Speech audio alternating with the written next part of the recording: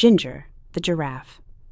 This story is originally created by T. Albert and published by Monkeypen. You can read more wonderful stories from Monkeypen. Link is given in the description.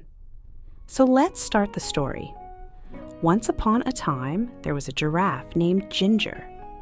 Ginger lived in Kenya, a country in Africa.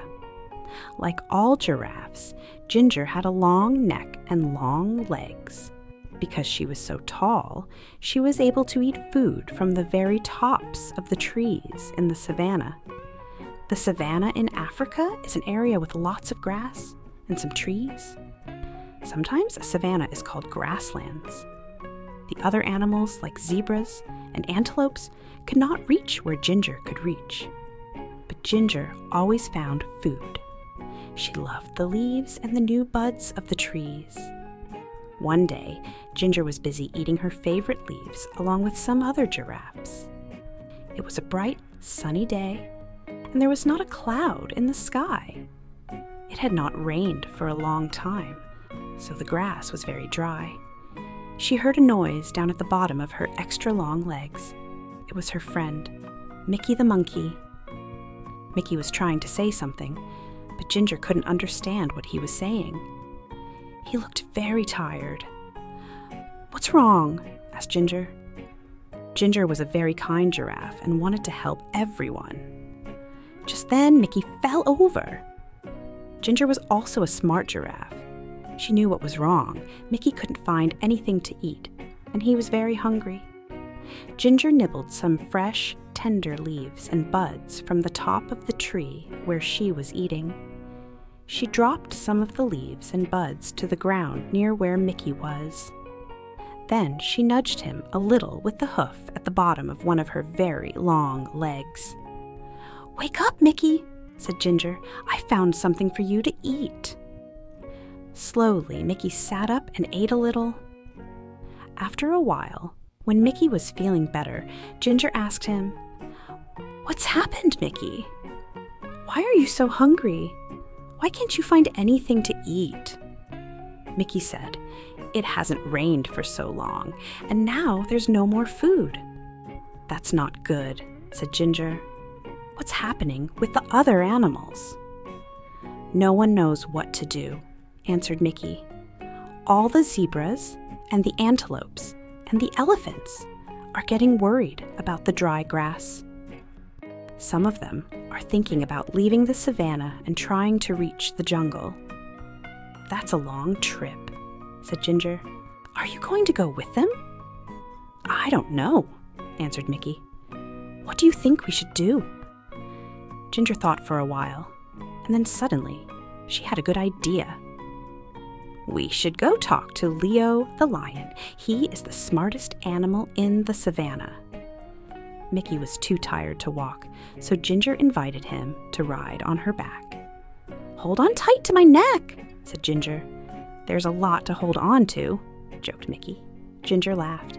"You're right, I've got the longest neck in Africa."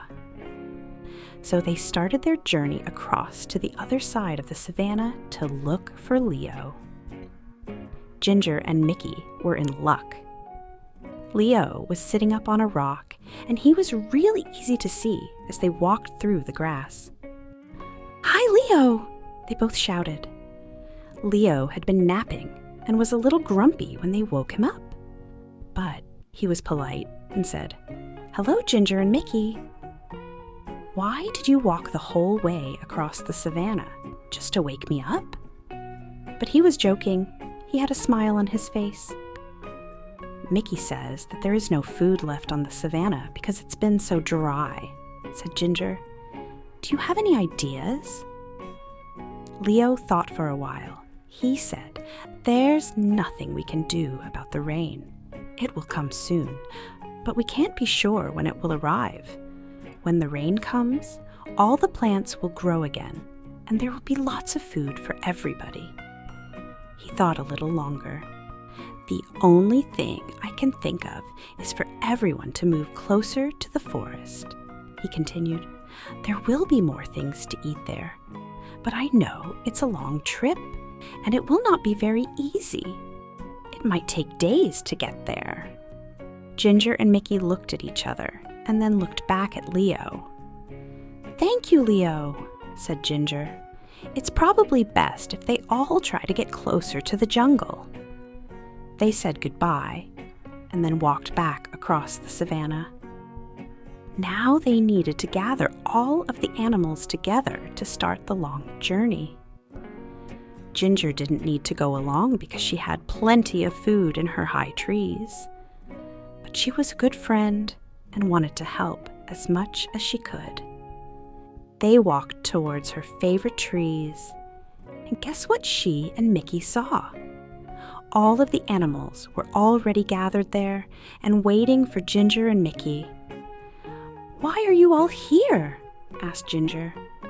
"Eddie the Eagle told us that you're taking us to the edge of the jungle," said one of the zebras. "How did he know?" asked Mickey. "He heard you talking with Leo," said one of the antelopes. "So, you've all decided to try to walk together to the jungle?" asked Ginger. "Yes," they all answered. "If you'll help us to get there," added one of the elephants. "Of course, I'll help," said Ginger. "I'm your friend." So they started on their big journey across the savannah to the jungle. The sun was so hot, and there was no food and no place to get a drink of water. And then they heard it. It was thunder. "Thunder!" they all shouted. Thunder was very scary to the animals of the savannah. Can you guess why? Fire! Sometimes the lightning hits the dry grass, and the whole savannah catches fire. Then everyone has to run. And that is exactly what happened. "Fire!" they shouted. They could smell it, and now they could see it. The fire was coming towards them. Ginger had to think fast. Because she was so tall, she could see farther than any of the other animals. She stretched her long neck up as far as she could. Now she could see a place where there was no fire.